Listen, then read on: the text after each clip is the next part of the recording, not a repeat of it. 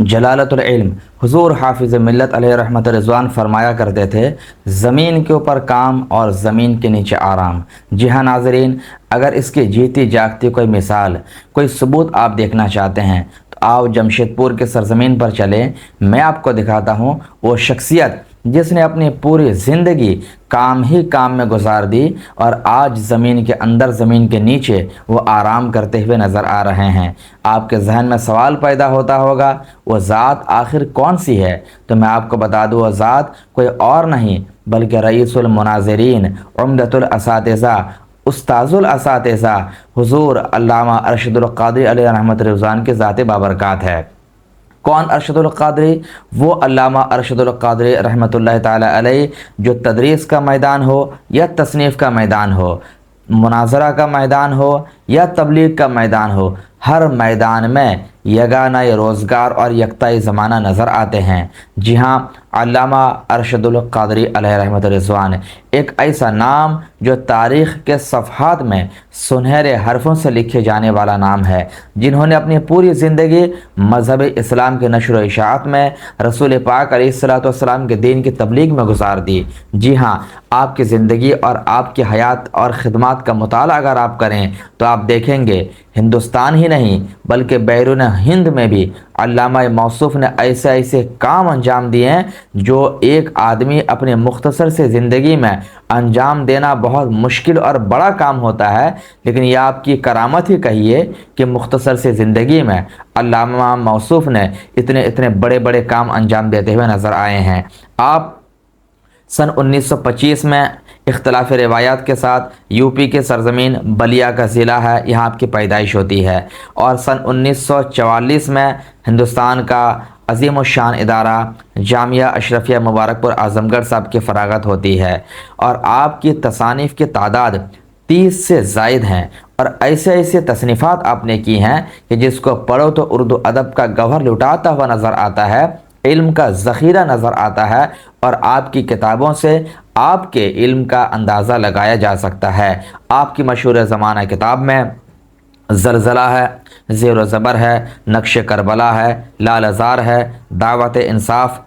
कमालात मुस्तफ़ा, तबलीग जमात, तजल्लियात रज़ा, अनवार अहमदी वग़ैरह हैं। ये वो सारी किताबें हैं कि जिनको पढ़ो तो अच्छे अच्छे उलमा के भी इल्म में इजाफ़ा होता हुआ नज़र आता है। ये ऐसी किताबें हैं, अगर आपको कभी भी ज़िंदगी में वक्त मिले तो आप इनकी किताबों का ज़रूर मुताला करें, इससे आपके वसअत इल्मी में ज़रूर इजाफ़ा हो जाया करेगा।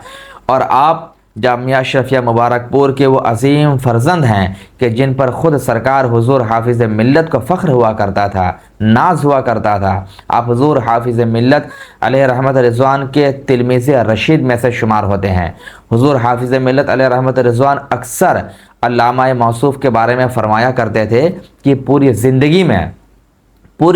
में मुझे अरशदुल क़ादरी के तरह बुखारी शरीफ की इबारत ख़ानी करने वाला कोई दूसरा ना मिला। तो इससे आप अंदाज़ा लगा सकते हैं कि एक उस्ताद अपने शागिर्द के बारे में जब ऐसा तासुर पेश कर रहा है तो अल्लामा अरशदुल क़ादरी अलैहि रहमत रिज़वान की ज़ात कितनी बुलंद बाला रही होगी, इसी से आप अंदाज़ा लगा सकते हैं। और एक और मकाम पर हुजूर हाफिज़ मिल्लत अलैहि रहमत रिज़वान इरशाद फरमाते हैं कि अगर मेरे पास दौलत होती तो मैं अपने अरशद को सोने से तौल दिया होता। सुबहान अल्लाह। आप इससे अंदाज़ा लगाइए कि अल्लामा मौसूफ़ की ज़ात कितनी बुलंद बाला थी कि वक्त का इतना बड़ा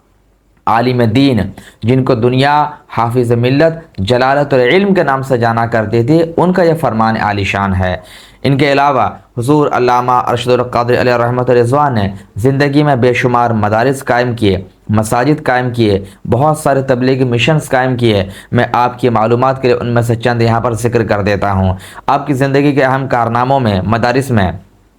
मदरसा फ़ैज़ुल उलूम जमशेदपुर है, जामिया निज़ामुद्दीन औलिया दिल्ली है, इदारा शरइया पटना है, जामिया मदीनतुल इस्लाम हॉलैंड है, दारुल उलूम आलिमिया सूरीनाम अमेरिका है, वर्ल्ड इस्लामिक मिशन लंदन है। ये वो अजीम शान इदारे हैं कि जहाँ पर बच्चे قال اللہ اور قال رسول کے صدائیں بلند کرتے ہیں اور علم دین کے زیور سے آراستہ اور پیراستہ ہوتے ہیں۔ یہ سارا کام انہی علامہ موصوف کے زندگی کا ایک اہم گوشہ ہے جو موت کے بعد بھی آپ کو فائدہ پہنچاتا ہوا نظر آ رہا ہے۔ آپ کی بیعت حضور صدر الشریعہ علامہ امجد علی اعظمی رحمۃ اللہ تعالی علیہ مصنف بہار شریعت، ان کے دست حق پرست پر آپ نے بیعت کی تھی، اور آپ کے مرشد خلافت حضور شہزادہ اعلیٰ حضرت سرکار مفتی اعظم ہند علیہ رحمت رضوان ہیں۔ اب ذرا سوچیں کہ جب پیر اتنا باکمال، مرشد خلافت اتنے باکمال، تو ظاہر سی بات ہے کہ جس ذات کو خلافت دی جا رہی ہے، جو مرید ہے، ان کے کمال کا اندازہ کیسے لگایا جا سکتا ہے؟ اسی بنا پر پروردگار عالم نے حضور علامہ ارشد القادری علیہ رحمت رضوان کی ذات کے اندر گونا گو خوبیاں رکھی تھی، اور ایسے کمالات آپ کے ذات کے اندر عطیت فرما دی تھی کہ جن کا ثانی آج دور دور تک نظر نہیں آتا ہے۔ حضور علامہ ارشد القادری علیہ رحمت رضوان کا وصال پر ملال سن 15 صفر المظفر 1423 مطابق 2002 میں ہوتا ہے، اور آپ کی خانقاہ شریف، آپ کا مزار پر انوار جمشید پور کے اندر آج بھی